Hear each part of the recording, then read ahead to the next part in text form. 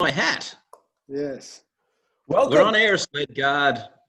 Hello and smelcome. Oh, I should probably start that again. Hello and welcome to this week's edition of the Redraftables. Today we are looking at the Stephen Silvagni era, also known as the ReSOSables.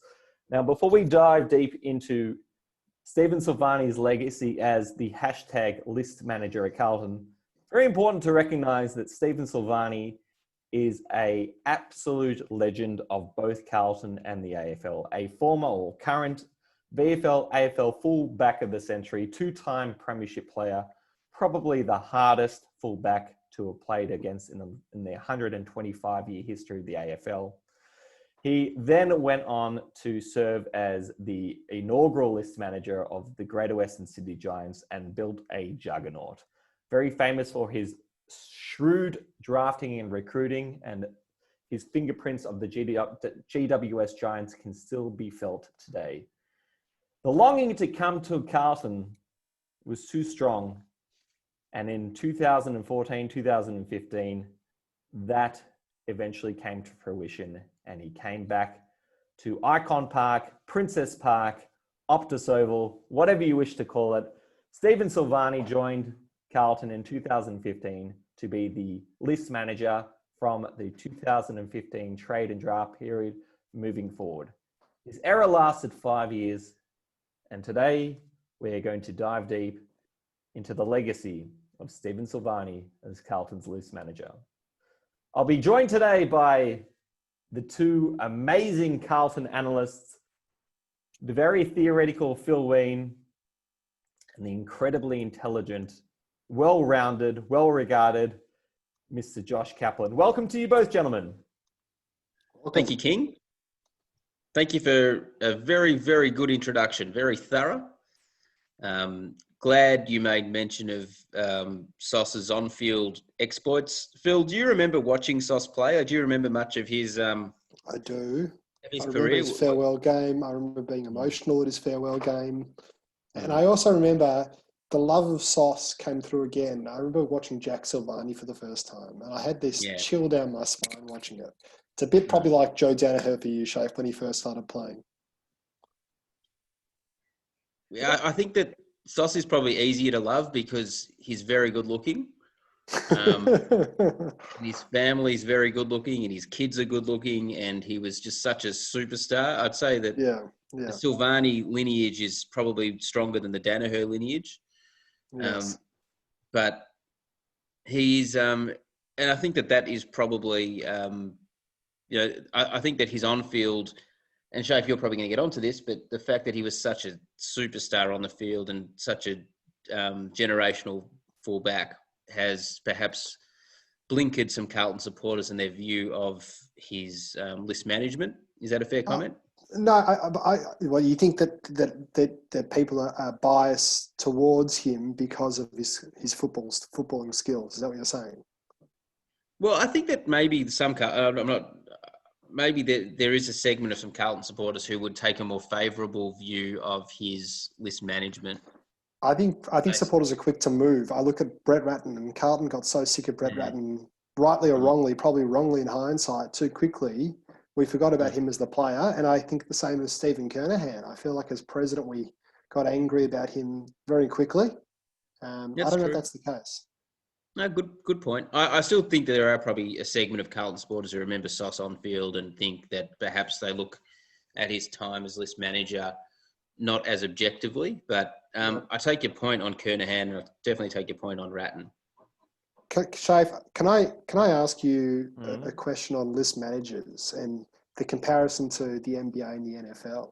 Yep. And Sauce was probably the highest profile list manager at the time.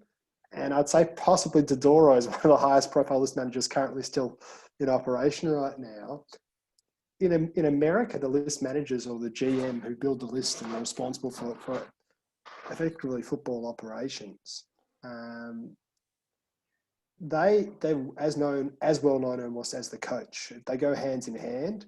Where in the AFL there's less accountability. Like, people are angry at Worsfold for his performance at the moment, or they think that that your next coach Rutten isn't so good or whatever it is, and you're also angry at the list. But Dodoro's name hardly ever comes up in any conversation. I'm talking about, it might come up with us, but AFL 360 and all those different shows never bring up Dodoro as much as they bring up Worsfold and worse. He doesn't get interviewed in the NFL. You know, the Sam Hinkies of the world in the NBA, they get interviewed constantly, and they're constantly being at their list. Great point. Why aren't I think we're probably less mature, aren't we, as an industry then, if that is the case? Because you're right. You look at, I remember as a Dolphins fan, Jeff Ireland. There was this whole theory in the NFL particularly that you want to have the GM hired at the same time as the coach, so they could go work hand in hand, work on, one obviously does the on-field, the other does the off-field, but you don't want to have a scenario where if you're firing a coach, you've got that GM who's a legacy GM, because then you don't know, this coach can't set the agenda. You want both of them to be on the exact same page, and the Dolphins haven't had that alignment for a long time. So we fire Jeff Ireland. Jeff Ireland then goes to the Saints as their assistant GM and builds up the New Orleans Saints to be a powerhouse for a number of years and still are. So, Phil, that's a really sound point. Shafe, what are your thoughts on it? About the lack of I guess, attention on AFL list managers in comparison to overseas when they probably play as important a role. Yes, I agree, but I think that there is some profile. So, like everyone knows, Stephen Wells or Stephen Hawking, whoever is at Geelong. Chris Pelchin is a relatively famous one who built the original Hawthorn and Port Adelaide premiership teams and was at St Kilda for a little while. So there are certain figures that get a little bit of attention, but I don't think many. Most don't. Most don't. West Coast list manager or you wouldn't know more than 4 or 5 active list managers. Yeah. Do you think that the fact that we don't know them, and this is to Phil's point, does that mean that there's less pressure on them? Because I know that coaches are often under the microscope. A lot of it's borne by the media pressure, but the fact that there isn't that same microscope on the off field and the recruitment. Perhaps that means that I think it shows a lack of maturity as well in our, as we've discussed many times before in this podcast, the football commentary world in terms of their understanding of the game and what parts of the game they dissect, and they don't dissect list very well. And when we're talking about teams, and they don't really dissect game plans very well, as we already are aware, but they also don't dissect lists very well. There's just one comment I'll make that's different about how you analyze an American NFL or NBA list manager to AFL, and that is when an NBA or an NFL team does their draft, they expect the players to play straight away. These players are often 22, they're already more mature, and as a result, they should have an immediate impact, or at least within 2 years, where an AFL list manager who drafts an 18-year-old might not come good till 22. So then the other question is, how much time do you give a list manager before you put pressure on them? In America, if they can't turn lists around in 3 or 4 years, because they keep drafting, they should be playing every year, then there's pressure on them. Where in the AFL, and we're going to probably get to this with Sauce, how much time does Sauce need to assess his performance? It's only been... But it's good, but that's why I don't understand, why are people so against raising the draft age? I guess, you have 18-year-olds and 19-year-olds who are some exceptional footballers at that level, but is it too late? Would it have been better in hindsight if we had a 22-year, we let the players, do a TAFE course or go to university and then just try and get some money behind them and then try and make it to AFL when they're 21, 22, as opposed to the 8 straight from school? Because I think that the whole system... Is that like the college argument though? Because that's like, why deny them money when they could earn it? Like as an 18-year-old, they could be earning $350,000 a year. Are you prepared to tell an 18-year-old gun, we're going to lift our draft age because we'd like you to do another course? Fair enough, but then there are a lot. That's only a very small segment. But then you've got the other cohort who may have they've jeopardised their VCE they thought they had an AFL career. They've jeopardised year 12 because they've put all their eggs into the AFL basket, and then they realise that you might get on a list for 1 year or 2 years, and then what happens? So I think from a livelihood perspective and sustainability perspective, it may well make more sense to have it, 21 as the draft age, but it's probably too late now. And I also think that would really make it easier in many ways for list managers and recruiters. Well, Paddy Dow is far worse now than he was when he was 18. What's that? Paddy Dow is far worse now than he was as an 18-year-old. Yeah.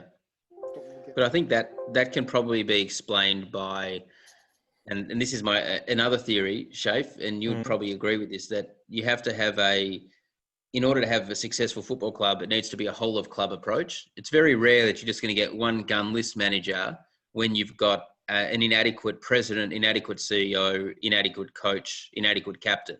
So you kind of need to have the 5 pillars all singing from the same song sheet in order to get success. And you can't just you might have the best coach in the world, but if he's got an inadequate list manager, then and you might be seeing that now with someone like Clarkson, who had just a sensational list, and now like you can see with the subpar list that it doesn't matter how good a coach you are.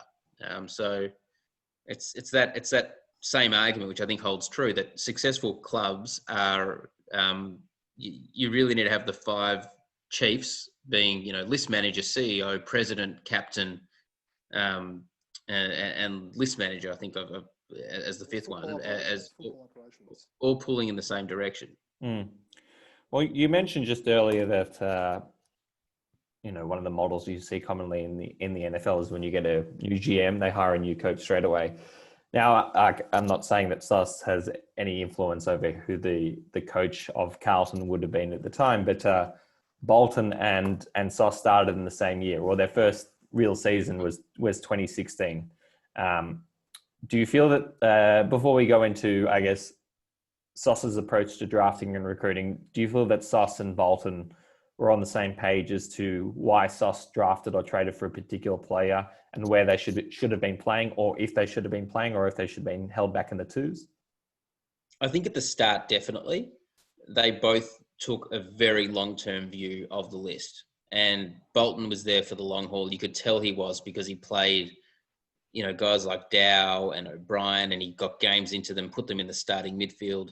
Like, that was his whole approach. He knew that they were small and immature, but he wanted to give them game time to upskill them. And he kept talking about that, like how we just need to get them to 20 games, 30 games, 40 games, 50 games. So there was a real long-term focus to play kids, no matter how raw they were. And Sauce was certainly a proponent of that, because he also took that, long-term view of rebuilding a list. He famously said, you don't want to draft and recruit to finish 6th, 7th, or 8th. You want to draft and recruit to finish 1st, 2nd, and 3rd. And that's why you need to go really deep into the draft in order to do that. So I think certainly for the first couple of years, they were on the same page. But what ended up happening was that just there was some tension towards the tail end of Bolton's career as coach with Sauce and their direction for the list.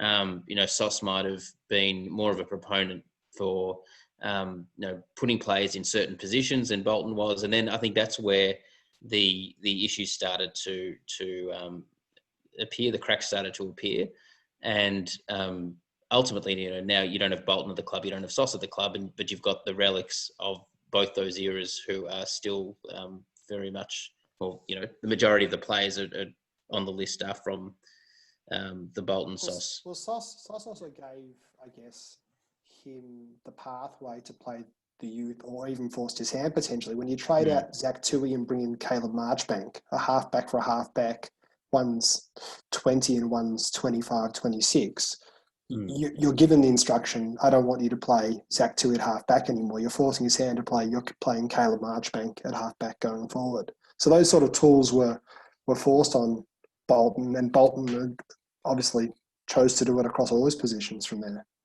Yeah, that's a good example. And also, I mean, look, Bolton would have had to be across the list management strategy, because Bolton would have had to say, all right, look, Gibbs is going, Henderson's going. I'm not sure if Bolton was there when we traded Yaron. I don't know if I've got the years right, but no, that's one of his first trades. Yeah, so Bolton would have known that a lot of the mature talent was leaving, and they were going to have to go young. Yeah. But at the end of the day, we just didn't get enough wins. We were competitive for large parts of Bolton's era, but we couldn't get the wins, and that ultimately led to Bolton's downfall and eventually Sauce's downfall. Can I, before we go into any further, Shafe and I have discussed this before. We've got a theory that you've got to bring in at least two, but 2 to 3 players into your starting lineup, new players each year for the team to be good. And generally you should get 2 of those hopefully in the draft, but that's how a team stays good. And if you miss out for 1 or 2 years in a row of bringing in 2 to 3 new starting players into your team, then your team's going to go bad. And I just want to talk about before SOS came. I'm just doing a bit of research here of what happened before SOS came. And I'm looking at the 2009 year to start with, because this is when Carlton were first starting to come up again. We got Judd into our list and all these sort of players, and we needed to top up to maintain being good. And here is our first 3 picks for the years building up until when SOS came. So 2009, it was Kane Lucas, Marcus Davies, Rowan Kerr. So we missed 1 year. The next year we did Matthew Watson. Yeah, did we only take 3 players that year? No. I'm just going our first 3 picks in the draft. So we missed in 2009. 2010, Watson, McCarthy, and Mitchell. So we missed 2 years in a row. So it's pretty obvious we're about to fall off the cliff then. 2011, Bootsma, Rowe, Dylan Buckley. So that's 3 years in a row. Oh, Sam Rowe was a 7 for a little while. Played 100 games. Yeah, but also, sure. I agree with your point, but we can't just look at first 3 picks because there might be others who... No, you're right. I haven't done extensive research here, but I'll just keep going up until SOS. 12 was Menzel, Tom Tomei, Nick Graham. Mm-hmm. And then 13 was Cripps, which is really, apart from the one player we mentioned so far, he's the first notable draft pick we've actually brought into our starting lineup. It was Cripps, Giles, Holman, and then finally 14, Bokhurst, Viojo Rainbow, and Clem Smith. So we've actually missed on, I think, 7 years in a row of bringing at least two players from the draft into our team. So that's great. I mean, just hearing those names, and even, I mean, yes, you were only reading the first 3 picks, but what did we hit on? Maybe 2 of 21. We hit on Rowe and we hit on Cripps. So it was pretty obvious from that our team was going to, in 2 or 3 years' time, once we started missing, be ordinary, and we end up being the bottom side again. And I think you can go back to most teams, if they miss on bringing in players, 2 to 3 new players each year, they're going to be a bad side. So this is what SOS picked up when he started as list manager. So he started from a pretty dire position where he had effectively no good players from 18 to 23, because the last 5 years of the draft, he missed. And that's great context for this discussion, because I actually, at a Carlton function, I caught up, I chatted to SOS. He just happened to be there. I was in attendance. Phil, I think you were at this function as well. It was at the Zinc in Fed Square. And it was just before I think SOS might have just been appointed as list manager. I'm not sure if he'd actually gone through a trade period yet. He may have. But his view was that the club needs it needs a wholesale rebuild based on where the list was before he came.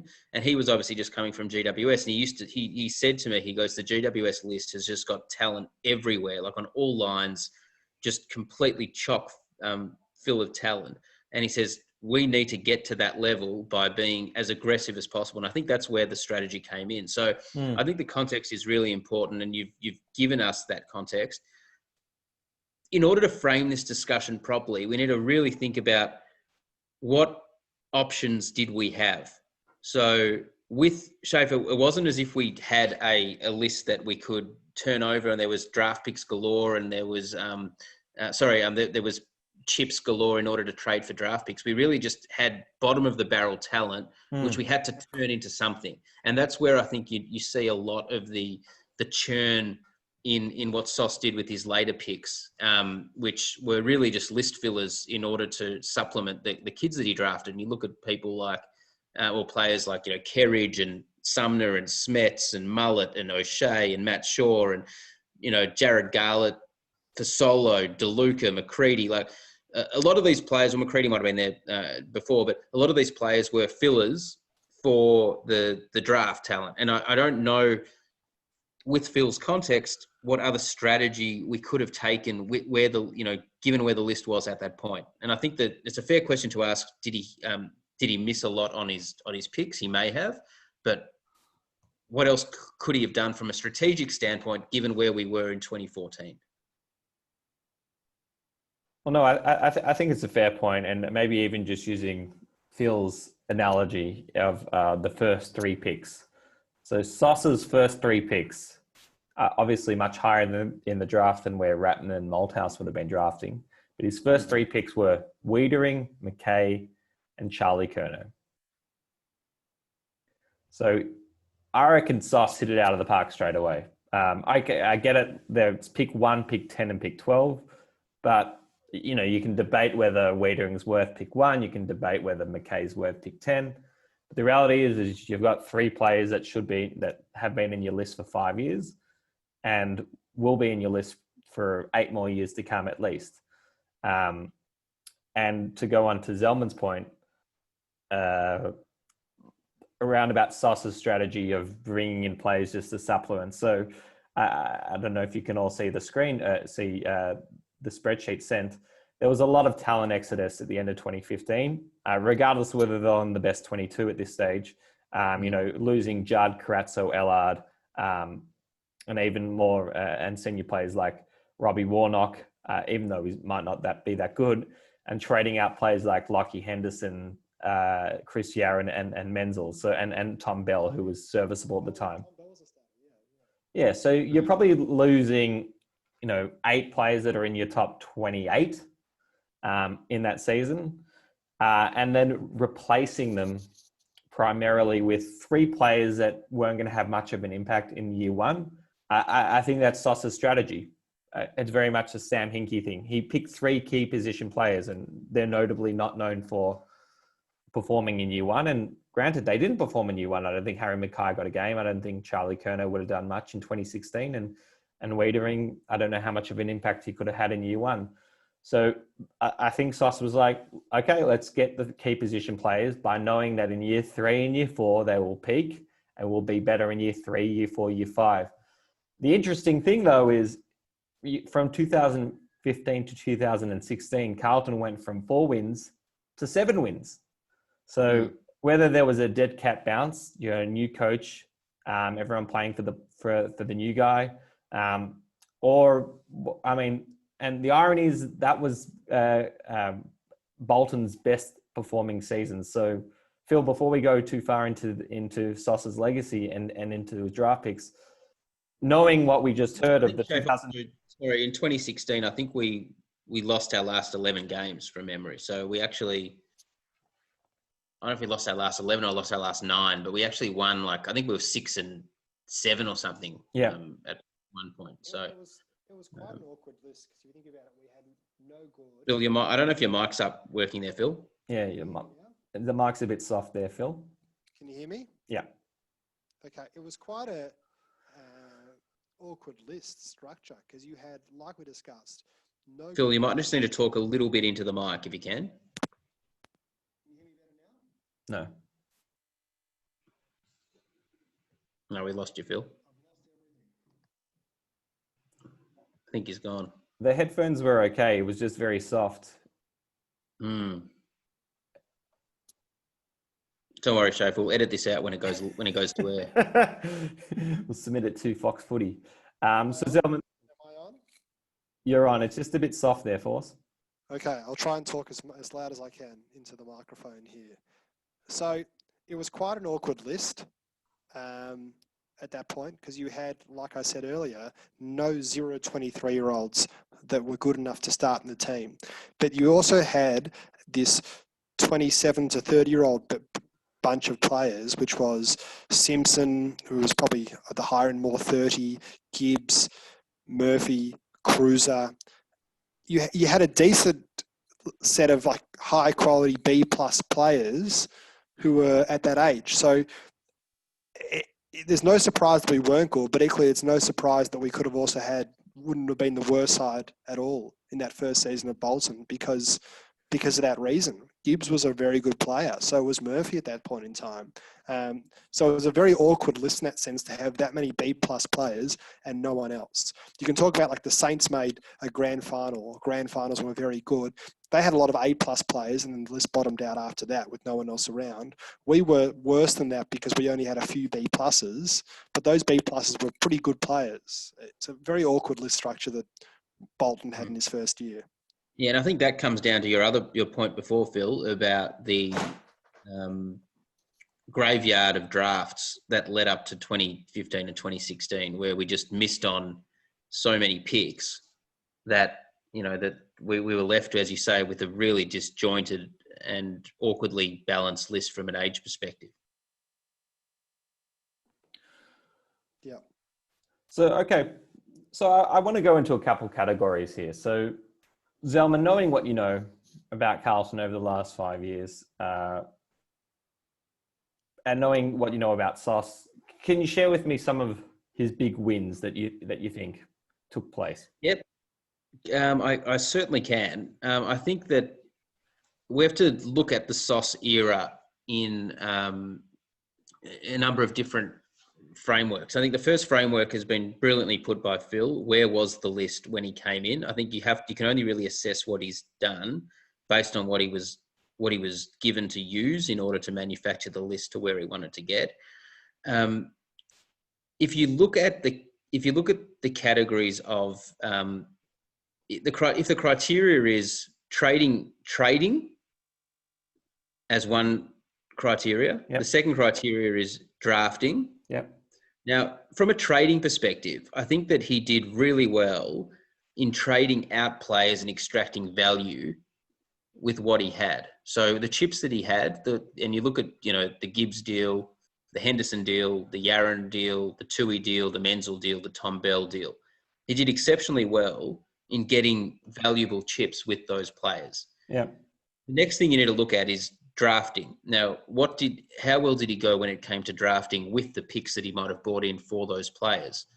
And I think if you look at the spine, drafting the key position players and the ruckman, his major wins were, in his first draft, as you mentioned, Shafe, with, 3 200-game players in Curnow, Harry and Wiedering. I think that and the strategy itself to go spine first and then fill it with midfielders, I think is a sound one. Where I think he really let really let us down, and I say us, but and this again, looking holistically, do we blame Sauce? Do we blame development? Is not being able to bring in a core group of midfielders. I think that the midfielders that he's targeted in his drafting to date have significant question marks, putting aside obviously Sam Walsh. But are we talking overall, or are we just talking about the 2015 draft here? No, I'm just I'm looking overall, like the overall picture. So the drafting of spine, I'll give him a tick. Extracting value from existing players for trades, I'll give him a tick. But drafting in competent midfielders and drafting or trading in midfielders, I think at this point is a question mark with, leaning to a cross. And a lot of it's obviously going to rest on what happens with Dow and O'Brien. And I think both of them are looking pretty tenuous at this point. Can I make a comment on that?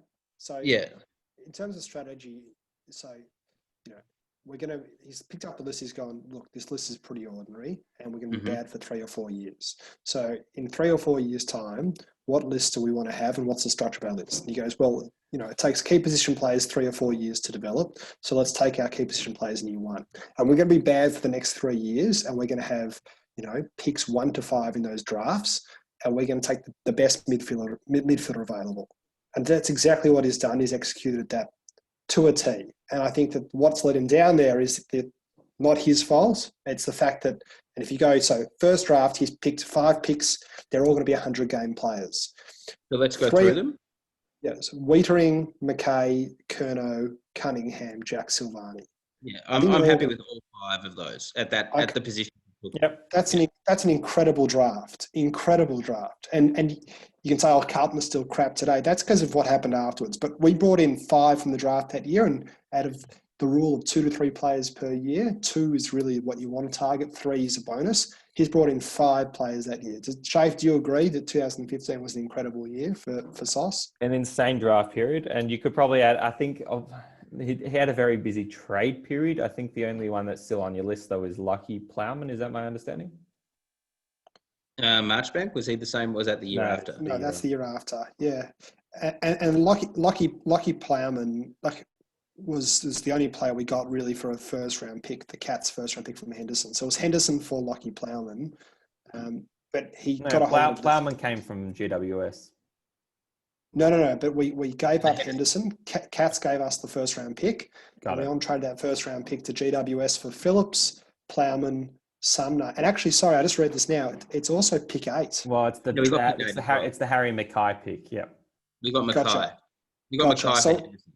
So Mackay and Plowman for Henderson, plus some Yeah. list fillers. That's just an incredible trade. Yeah. He's done And so well.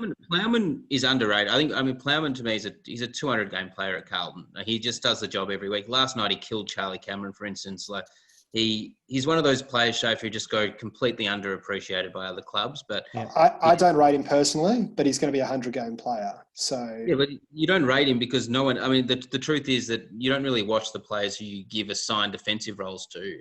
Well, people no, generally make. I think he's a bit of a liability in defence compared to some of the rocks there. But we're not talking as a list management. This is an incredible year.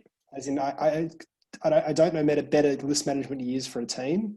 I mean, I'm sure the Cats and the Hawks had a few in the 2000s, but Shafe, would this be one of the best list management years that one has seen? It's fantastic. The fact that he was essentially able to turn, obviously with some bit of leeway, Henderson, Bell. Okay, let's just put Henderson aside because he gave 100 quality games to Geelong. You basically turned Tommy Bell, Menzel, and Chris Yarran, who I'd say would have collectively played 40 games after they left Carlton, into Charlie Curnow. He's traded Mackay come Bell. from that show? Well, the Mackay is more tied to the Henderson one. So, yeah, you've won that deal too, but it's just more of a, Henderson's still playing and who knows, he might even play in a grand final this year or something like that. So, Yeah, he hasn't been that good for Geelong overall. No. But But yeah, He got delisted last year and then he got re-rookied. Yeah. So, Yeah. I mean, he hasn't been that good. But he's traded Menzel and Menzel's last year of any value. He's traded Yarran and Yarran's last year of any value. And, we hang on to, all of us argue that teams hang on to players for too long. And you could argue that Essendon right now could have traded Orazio Fantasia last year and got value. And you could have traded Danaher last year and got maybe a first round and a second round draft pick for him. And teams hang on to players until they've got no value left at all. And he's gone, these guys have got one more year of value on them. Let's get rid of them. That's just an incredible job. Yeah. So I think 2015 off season, clear success, A+. A+. But then we look at 2016. Shafe, do you want to read us the ins and outs? Oh, it's a bit confusing, but it's a bit of a wash. I think you basically pick up Marchbank and lose Tui and a mixture of everything else. Yeah. It's Marchbank and Pickett, and you can say Pickett wasn't a good pick, but he was missed. I think he was a pick 3 in the draft. Missed a year due to injury. Now you can be critical of maybe Sauce going too much for, and he did it also in the year before with Sumner and Plowman, and where if a player was a high draft pick. 3 or 4 years ago, they still hold their value when they don't if they're not good players. But Pickett was rightly injured. So to get Pickett and Marchbank for Tui, I think is a great trade. Yeah, Pickett had issues, but I think that he's actually, now that Betts is on the list, there's rumours that Pickett might come back next year. So funnily enough, the Pickett story isn't necessarily over, but I think that the trades were probably, would you say, a wash, Shafe? Or I don't think we lost I'd say much. a wash. Marchbank's been injured, but there's, I know that the club views him so highly internally, but we just haven't seen him really, which is disappointing. Yeah. But drafting wise, I don't think we drafted too badly looking at what we brought in. I mean, we got Petrescu Seton with pick 6, Fisher with 27, McCready with 47, Paulson with 59, Williamson with 61, and Kerr with 65. And if we go by Phil's theory, and also Kieran Byrne as a rookie elevation, who was also really talented, but unfortunately isn't returned home to Ireland. If you go by Phil's theory that 2 is a pass to get from the draft, I think we've probably got 3 and perhaps even 4 from that draft class. I think Tom Williamson at 61 is a great pick. I think that, Burner as a rookie elevation at the time was a good pick. Zach Fisher, 27, great pick. I just want to go back to, the drafting strategy. You get your key position players and then you get the best available mids the next few years. So the next available mid obviously was SPS, was the best available in that year.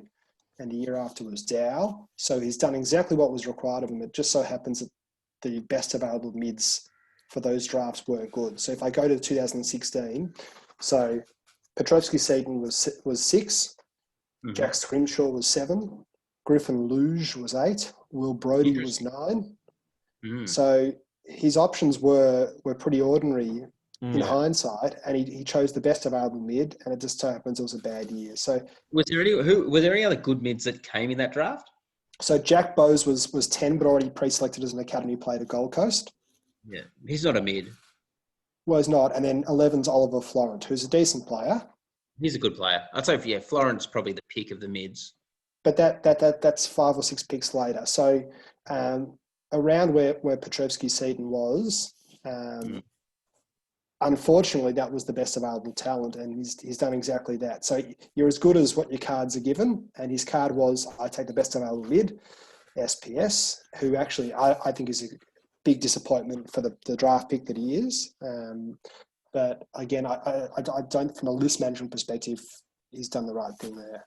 Well, I just don't think we're playing him in the right position. Like, I look at his first year, and there's this one game, I think his first year he played against Collingwood in the wet. He picked up about 30 touches playing midfield. Last year he plays against the Bulldogs, early in the season. He picks up 35 touches. I just think he's a pure midfielder. We're playing him in the back line. So I think there's a bit to be said about that. I'm looking at the mids that went before him, and you've got Taranto, who's an out-and-out gun, McGluggage, an out-and-out gun, McGrath, very good player. Ainsworth hasn't shown enough. Then you've got Setterfield and SPS who are on our list. But Jai Simpkin at pick 12 by North is probably, one of the top few mids in that draft. So yeah. And Jared Berry. Sure, but I wouldn't say that these guys missed. Like, as in, like, what I'm saying is he's chosen the best available player around that. It's hard to say that, if the consensus is that Sam Petrovsky-Seton and all these guys in the top 10 are top 10, and you can throw a blanket over all of them, he's chosen the best available of the top 10 that was available at that stage. So I think he's done a good draft job there. Unfortunately, it's just Petrovsky-Seton and that draft wasn't so strong. Yeah. Shafe, what are your views on 2016 overall trades and drafts? Nothing too impactful. A lot of noise for kind of the same. So there's a lot of trades, but like if you read your draft position, it kind of looks like you got a first, second, third, fourth round pick. So Carla Marchbank, I get it. I got it at the time. I still kind of get it. Like a highly touted key position player. I think Pickett's a bit of not a gamble. It's a low risk. It's a low risk, high return potentially. And Zach Tui, you got good value. You got an end of first round pick for a future year, which you cashed in for Marchbank. I think it's fine. I give this draft a B+ to A. No, I wouldn't say. I'd say probably a B overall, 2016. But you're talking about the outcomes, though. If you look at just what he did exactly what he needed to do as a list manager. I don't think he did too much more with what he had. I guess that's true. I mean, if his mode is like, we need to get some midfielders in there. Even if you look at the retirements and delistings, there's a few. There's not much talent going out. Like there's Andrew Walker was probably clearly done, Jamison and Everett. So it wasn't like you were needing to replace too many best 22 players in there. Something that you'll find is a very common theme with Sauce is I don't think he's hit one pick in the rookie draft, which once again, it's the end. It's not that hard. It's not that easy to do, but I don't know about the most recent season, but to go none from 4 in the rookie draft doesn't necessarily come back to bite you, but that's potentially where you find like that one X factor type player to balance out the national draft. But yeah, I mean, you can't hit them all. I think it's an okay draft and trade period. It's nothing for the history books, but What do you score it, Shay? I mean, like, I'd say it's as expected. So if as expected means C plus or B, then I'd go with that. Whatever you anticipate is as expected. Yeah, I think that you're right. I think that from a strategic perspective, Phil's point's good in that we identified the players that we had reserves in to trade out and extracted maximum value from those players. So from a strategic macro list strategy, that's a big tick. As far as hitting on the draft picks, again, that's the question of development versus recruitment. Our midfield development for decades has been really poor. So, it's difficult to apportion blame to Sauce for that, but I think that strategically he did well, and there's still a lot of unknowns on the front of how much better is Petrevski-Seton going to get? How much better is Marchbank going to get? I think those are still open questions. I think what Sauce is doing though, and what amazed me. Phil, into the mic again, buddy. Can you hear me? Yes. Hello? Yeah, a bit closer, and then we're good for us. I think what Sauce is doing over these years is, can you hear me or not? Yeah. You can. Is advanced list management stuff. And what I mean by that is what happened with list managers in the 90s and the 2000s was, just a rough trade of a player here or there. There's not a lot of science to it. And I think what he opened my eyes to was a lot of scientific, getting maximum value from trading, getting the right players in, going for the first year heavy on key position players, then taking the best available mids, taking a long-term view. All this stuff is the stuff that a good active list manager should do. And a passive list manager, which was the old role of list managers, is exactly what doesn't work in this situation.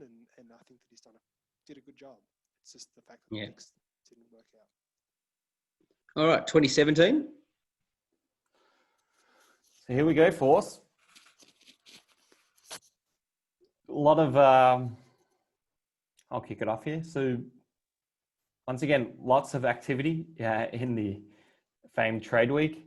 Lots of high-end picks being moved around, which is, you've got to take your hat off for the audacity. A little bit risky because, bringing in high picks, which is awesome, but then also trading some of them away, like pick 16 and pick 28. And then also future second and third round picks, which means you probably need to be pretty confident in your strategy moving forward. So I'll let Phil and Josh take it from here in terms of what they liked, what they didn't like as part of this off season. I loved Aaron Mullet as an inspired. Matt Shaw, combo with Shaw and Mullet, with O'Shea, of course, in the preseason. Look, this was, again, assessing it with Phil's lens of strategic, from a strategic lens, extracting what he did for Gibbs, where he didn't give in at the end of 2016, held on to him. Gibbs had a bloody brilliant 2017 year, probably one of his best years at Carlton. Adelaide just missed out on winning the flag that year and thought they were a Bryce Gibbs away. So the timing could not have been better. He got Justin Reid, who's the Adelaide list manager, right where he wanted him. He thought he was just a Bryce Gibbs away. And I think when it was all said and done, it was a significant overpay for a player in his late 20s at the time. So if you're marking him on extracting value from players, he did a fantastic job, particularly with the Gibbs trade. Now, there's still question marks, I understand, on Kennedy, which he traded pick 28 for. I still rate Kennedy really highly. I think he's being undervalued and underutilized by Teague. I think Kennedy gives us. Some would say you've had a few recent tweets about his I have, especially this year. I mean, if you look at every game we've won or come close to winning in, Kennedy's been a key factor. His skills, he's got an amazing kick. He's strong over the ball. I think that there must be something going on that, from a list profile standpoint, that Teague thinks he doesn't fit. But I don't see much drop off this year on form between Kennedy and Cripps at all. And I think it's staggering how little respect he was given on field. So putting that aside, there's obviously this draft, and Sauce's whole era in many ways will be determined on the basis of Dow and O'Brien. DeConning's going to be a gun, but pick 3 and pick 10, I mean, God, I'd love Phil to tell us I'd love Phil to tell us who came after those players. What we've missed, and what we could have got, and whether it's still too early to assess the Dow and O'Brien. I know I put out a tweet, Shafe, a week or so ago. Do we just cut our losses on O'Brien now? Is there a point continuing with the O'Brien experiment when he's taking up a spot on the primary list? I mean, I think these are questions that the list managers, Nick Austin, is probably asking right now. So, yeah, Phil, what do you think? Dow and O'Brien are not going to make it. Into the mic, Phil. Dow and O'Brien are not going to make it. So really, they're both busts. Whoa. I think that he's picked, a midfielder in Dow and a wingman. Oh, this is the clearest we've heard you, Phil. So keep it up. Okay. He's picked a wingman in Dow and a midfielder Isn't this Chris in O'Brien. Doing marvelously, Phil. And he did exactly what the strategy was. He picked the best available again, which is, again, you could argue every list manager picks the best available, but he picked the best available mid. After Paddy Dowers, Luke Davies-Uniacke at North Melbourne, who struggles to get a game in the bottom side. Pick 5 was Adam Chera, another midfielder. Just on Davies-Uniacke, his last few games have been phenomenal. He's actually... in some quarters, he's touted as potentially like almost Petrarca-like. So there's a real watch on him. My understanding was that Cam Rayner was the consensus pick 1, and then it was Brayshaw, Dow, Uniacke, and Chera were the next 4, all midfielders. We had our eye on Dow, so obviously we passed on Davies-Uniacke and Chera in that position. Pick 6 was Jayden Stevenson, but I believe that was a bit of a reach by Collingwood. He was going to be a pick 10 to 15. So they've reached for him and done quite well there at pick 6.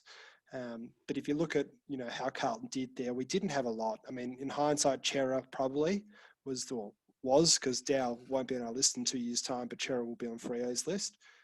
So Chera is the better player there. Is it a miss? Probably, but again, consensus player. If he picked Luke Davies-Uniacke, he went the next pick, he still would have had a bust potentially. Then you go down to Lachie O'Brien. Okay, so he needs to pick a midfielder around there, and the players were Lachie O'Brien at 10, Aidan Bonner for GWS, who struggles to get a game or can't get a game.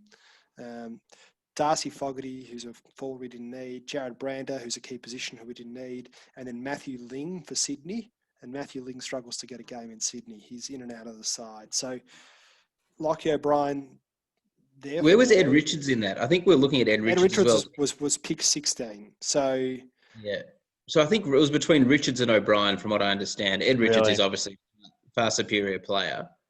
Yeah, but he's no star. Like Ed Richards wouldn't have made our team that much better. It seems like a pretty poor draft, doesn't it? After the top few players, it was a very poor draft. And like even Aidan Bonner, I remember he was like a unique midfielder. He's a bigger size, strong body. You thought, okay, maybe we should have picked him instead, but he hasn't come into anything. So the Lachie O'Brien pick, disappointing. The Paddy Dow pick, disappointing. And this draft stuff's really, like, I think SPS hasn't become the player we want him to. And this draft completely cemented Sauce as his tenure as a failure, not as Sauce as a failure, but his time as a failure, because we didn't bring in the midfielders, that elite midfield group.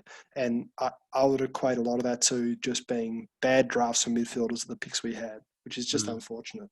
That's a very, very interesting theory. It's the first time I've heard it, but having a look at the actual mids around the picks we had, there's not many you can say, oh, we've really muffed it or missed on it. I mean, perhaps the Dow one is with Davies Uniacke. I mean, that's probably one, but I mean, even now, you're not going to look at Davies. I don't think if it was between Dow or Davies Uniacke, I don't think that would have made much difference to the Sauce era right now, because Davies Uniacke hasn't done anything. Yeah, exactly. No, not done enough. No. And Dow arguably had the better year out of all five of those mids, in his first year. So, is it too early to move on Dow, Phil? Yeah, no, we move on. If a player hasn't made it after year 4, and we keep doing this, we used to keep doing this with the GWS experiments. If a player, even if they're a top 15 pick, after 4 years doesn't make it, they're not going to make it. And the example there is Christian Jaksch. Yeah, but this is Christian Jaksch. It's all these types of players. If they haven't made it after 3 years and they're getting considerable game time, they're not injured for 3 years, then they're not going to make it. So you think we get rid of Dow and O'Brien?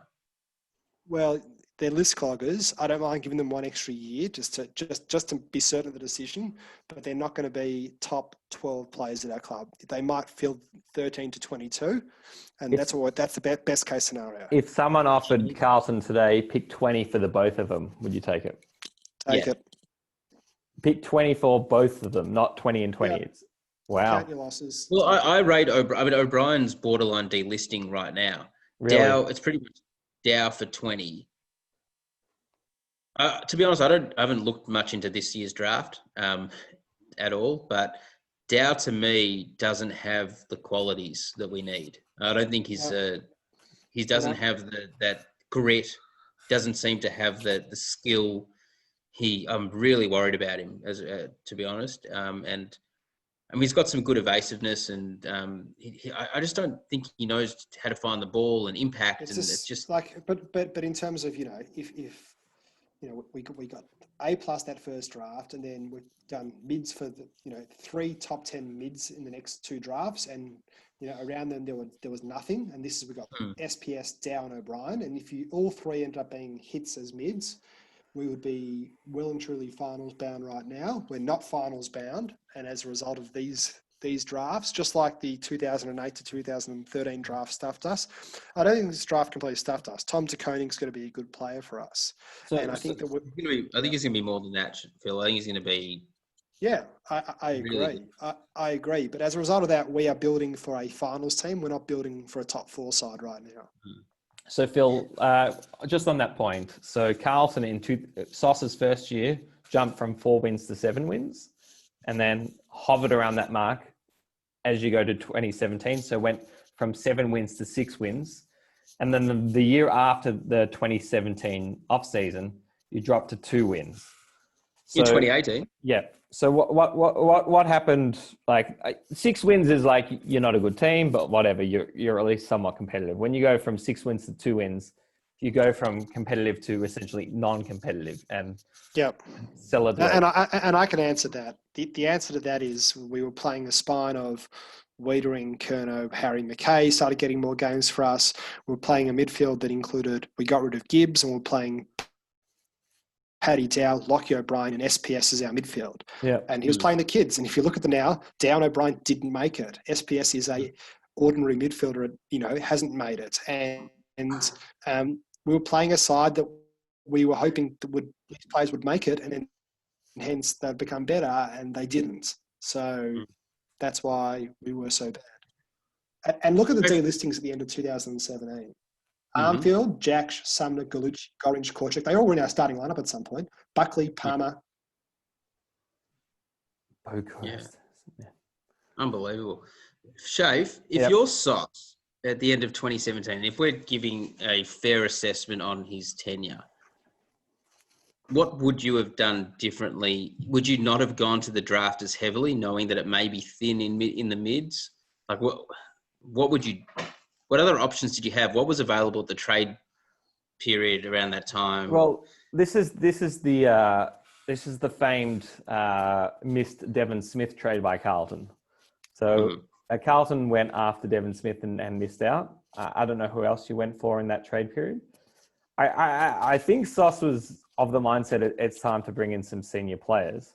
It was just difficult at that time. Carlton was not a attractive place to come for experienced, not free agents, but people who were wanting to move club just because they were bottom feeders. Yeah, where you were projected to finish the following year. Yeah. Why would Devon Smith come to us when he's getting the same amount of money at Essendon, who had a more mature list at the time? We can't compete. We couldn't compete. Yeah. But so look, I think Sauce did what he said he would do from a strategy point of view. It's just the execution in the drafts. Once again, even if you miss some, De Koning seems like a pretty special talent potentially. But even as you mentioned, the senior players to bring in is Matt Shaw, Cam O'Shea, Aaron Mullett, Lobb, Darcy Lang and Kennedy. To go none from 6 or maybe 1 from 6. It's as we'll show in the most recent off season, even a player like Nunes or Pinnonet, there are plays like that just to find, but to probably 2 off seasons in a row to go 1 far or none far from all your senior experienced players to be brought in is probably what's actually led to the downfall, if that makes sense. But can I know I'm defending him a lot here, but his main draft years. So his main draft years are 15, 16, 17. And 15 was a good draft and he maximised on that. As in, he had a good draft and the draft was a good draft. 16 and 17 were bad drafts.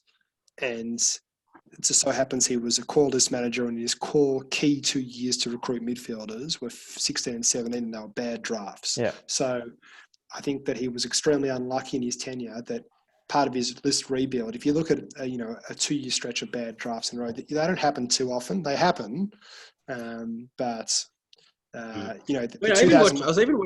was watching Cam Rayner last night.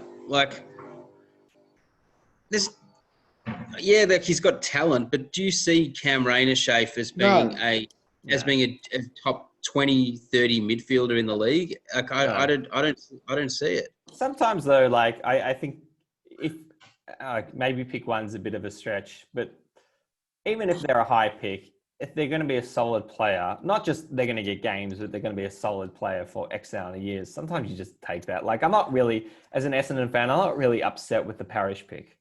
He's pick 6. Yeah, it could be pick 5, sorry. But whatever, he'll be a serviceable guy for 200 games. That's okay. It's not the end of the world. Sometimes you just take that. With Cam Rayner, I don't know who pick 2 or pick 3 is in that draft. Yeah, he's got a few tricks. He'll probably play 200 games. He might even play in a premiership. Sometimes you just go, whatever, we'll take that, we'll bank it. That's fine. But going back, so his 2 years, his 3 years, 15, 16, 17 were his key years. 16 and 17, the draft was crap. He also executed by getting 2 picks in the 17 by maximising Gibbs's value with, 2 top first round picks. He's done all he can. And again, I give him at least a B this year because he's done all he can.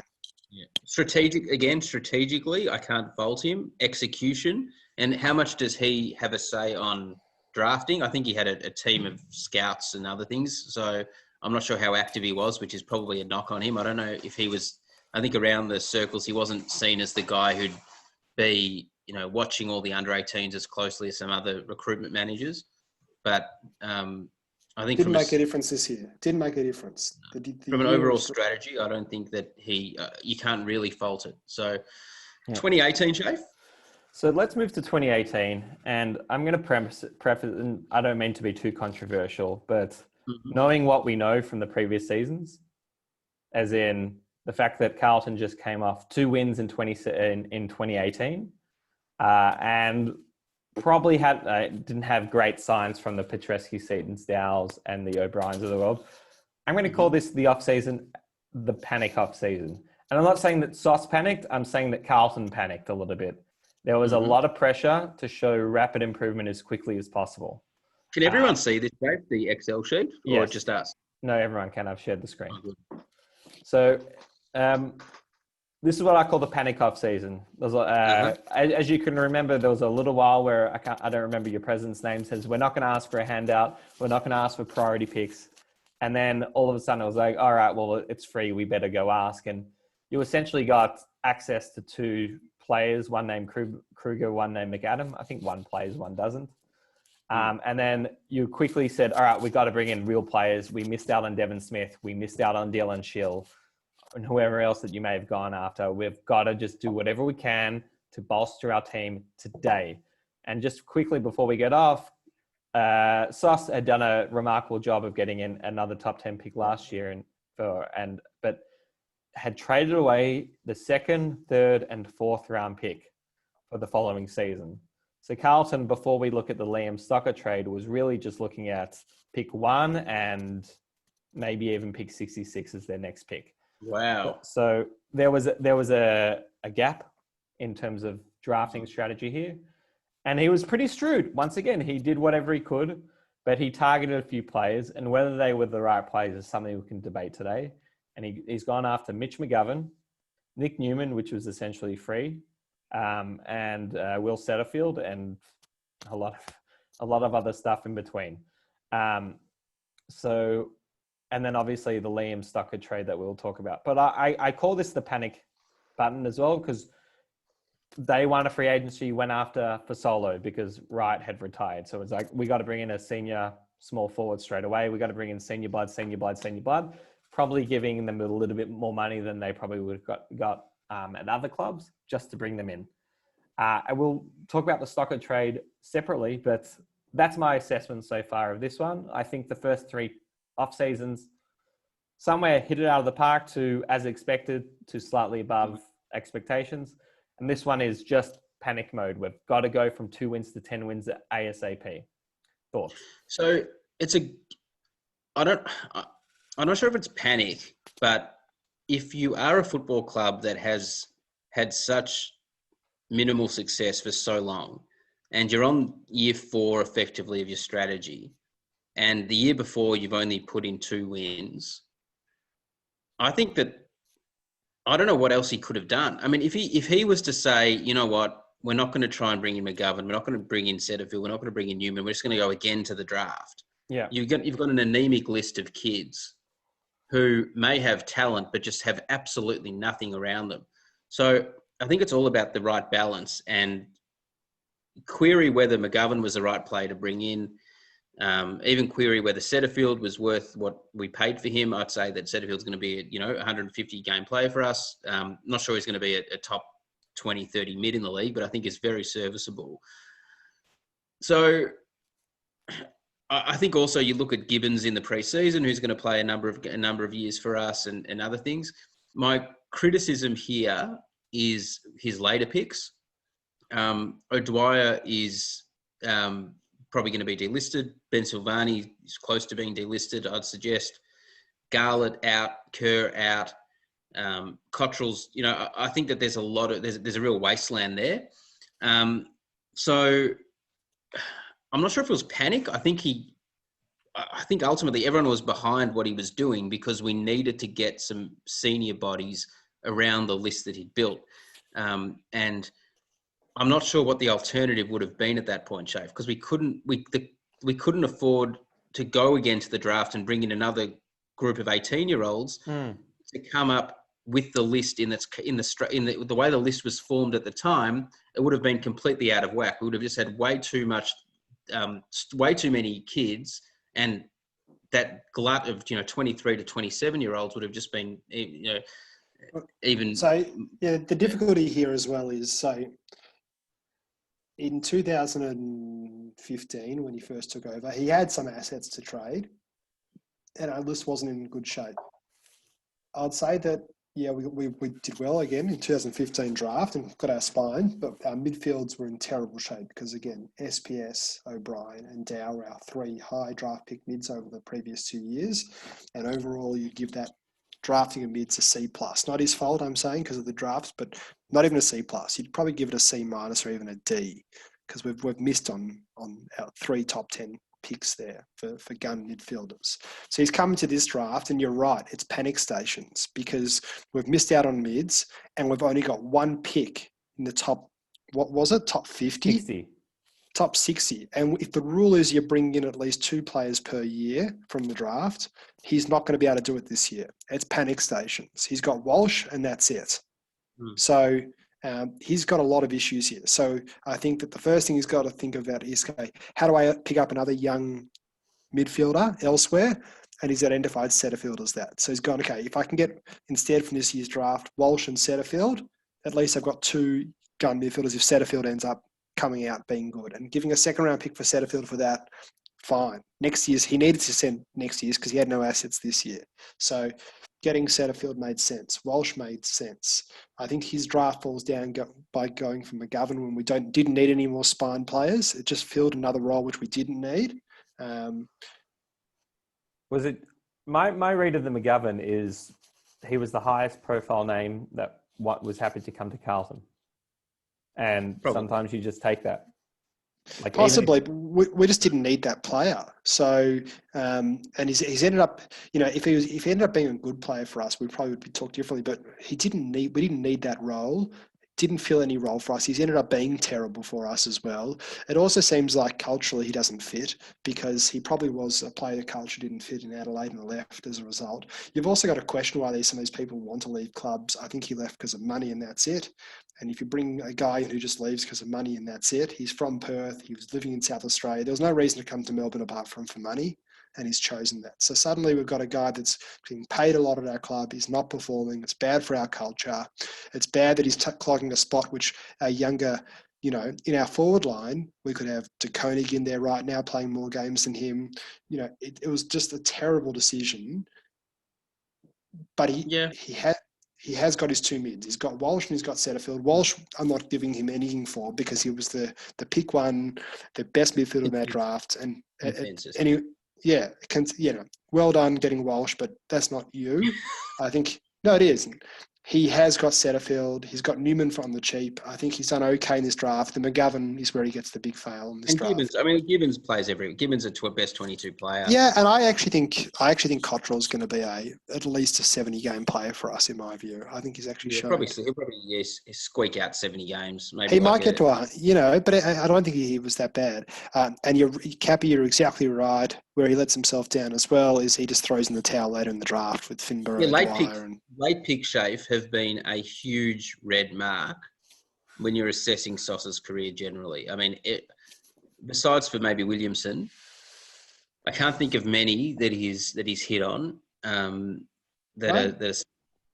Explain to me how Gibbons, who was I think he won the Liston medal 3 years in a row or something like that, and even Carlton, my understanding was we were going to take him in the national draft and we passed on him, and at that point, and other clubs just didn't even bring him in to train. How does everyone pass on Gibbons? Shafe, he'd be great at Essendon. He'd be great at most clubs. He was 3 years. I don't know about great, but he'd get a game. He'd 100% get a game. That's better than most. 100%. Every club didn't want him. Not even Carlton wanted him. They overthink it. They've got a profile in mind. They think this guy's too small. He's not quick, and his skills are okay. And I think that's all they look at. They don't look at pure footballers. Well, I can't compare too much to other clubs, but I'd rather him than Braden Ham, who Essendon selected Ham before him because Ham's in this draft. But and Ham's a small, scrawny little player who tries hard, but it's not very good. Same as Will Snelling. It's just. But I'm of the belief that small midfielders just, unless they're an absolute gun, struggle, and you can't have too many in your team. It's a bad mix. Gibbons is probably your only player like that. I guess Ed Kerno's, Zach Fisher. But if you had 1 or 2 more, you'd be like, guys, we can't play them all. We got to have 1 or 2 max. Yep, I agree. Yeah. So I think McGovern is obviously the glaring problem or difficulty here. I don't mind the strategy. I think that we had the cash. We had so much salary cap space. He came highly regarded as an up and coming forward. Yes, we had coverage in the forward line, but funnily enough, our key position players the year that McGovern was playing were all tended to be injured in and out of the side, Mackay and Curnow particularly. So McGovern also was injured a lot for his... In fact, McGovern, I think, has only played about 50% of the games because of his injuries. He hasn't got his body right. So I think he's out of contract now. I think we only signed McGovern for 2 years. I think that's... Really? No. I think so. Really? Wow. He should be let go then because he's just not. I don't know. good. Maybe we sign him. Maybe we sign him for a prove-it deal. Wow. A Cam Newton deal. Yeah. So look, let's move on to 2019. Unless you got something to add on. I just want to ask, because 2019, Sauce is entering this knowing it's his last day on the job. How much is drafting Ben Silvagni impacting whether Sauce has a career at Carlton? I'm not sure too much, to be honest. I think that was it was an excuse that the club used to move him on. Okay. But I think that he had served... Look, 5 years is a long time in any profession. It's not like Todoro, who's been there for 20 years, but I think getting fresh ideas and mixing things up is often good. And I think Sauce did what we... If you gave him the job description at the start with the assets we had, I think he carried out his job adequately, without ruining what the conclusion is. Can we just go to his last year then, and we'll just summarise them? Because I think his last year was a good year. Sure. Before we do that, we have to talk about this man here. And now that we're 1 year removed or a year and a half removed, how are we feeling about the Liam Stocker trade? Well, I feel a bit... Look, there's a lot of things that are happening apparently in his life, which are making it very difficult to judge. So this year was a complete write-off. If you look at what he showed last year, I wasn't disappointed. He played a couple of games. He seems to have, really good skills. But I think I'd love to be able to give a more definitive assessment on is Stocker going to be worth pick 19. I just think it's way too early given he's only played 4 games and this year was a complete write-off. So, I mean, hopefully by the end of next year, we'll be in a much better position to make a judgment. It's just unfortunate that, this year he couldn't stay in the hub for personal reasons. And it's made it very difficult to assess where he currently stands. Yeah. In terms of the overall strategy of Sauce trading the future first round pick, swapping future first round picks with Adelaide. I think we all... to get him. 2018 was one of the strongest drafts. If you look at the top 20 that year, it was a super strong draft. And to get an extra pick in the top 20, great. He was extremely lucky about how bad Adelaide fell off a cliff. No, I think I think he was good, Phil. He read the situation. I mean, he was probably a year too early, but he would have done a lot of due diligence on the Adelaide list and where they sat at the time. And if that's the case, it's an A+ trade, because to get pick 19 for what we traded down for is brilliant. I don't know. I'm giving him too much. I think we're giving him too much credit for that. But irrespective, to get an extra pick in a super draft in the top 20, do it every time. Okay, so let's move to the final draft, which I'm going to have to rely on you guys here because besides the senior players, I'm not too sure if I know any of the draftees. But look, well, none of them have really played. Yeah, I'll just can I just make a comment? The draft, what he's done really good here is he's got Betts, Nunes, and Jack Martin for nothing, and Pittman. Yeah, so he's got 4 players in for nothing who are all in our starting lineup. So we can't assess the draft yet, but what he's done in free agency, preseason, and trades is he's brought in 4 starting players to our team for nothing. And that's Kemp, so far.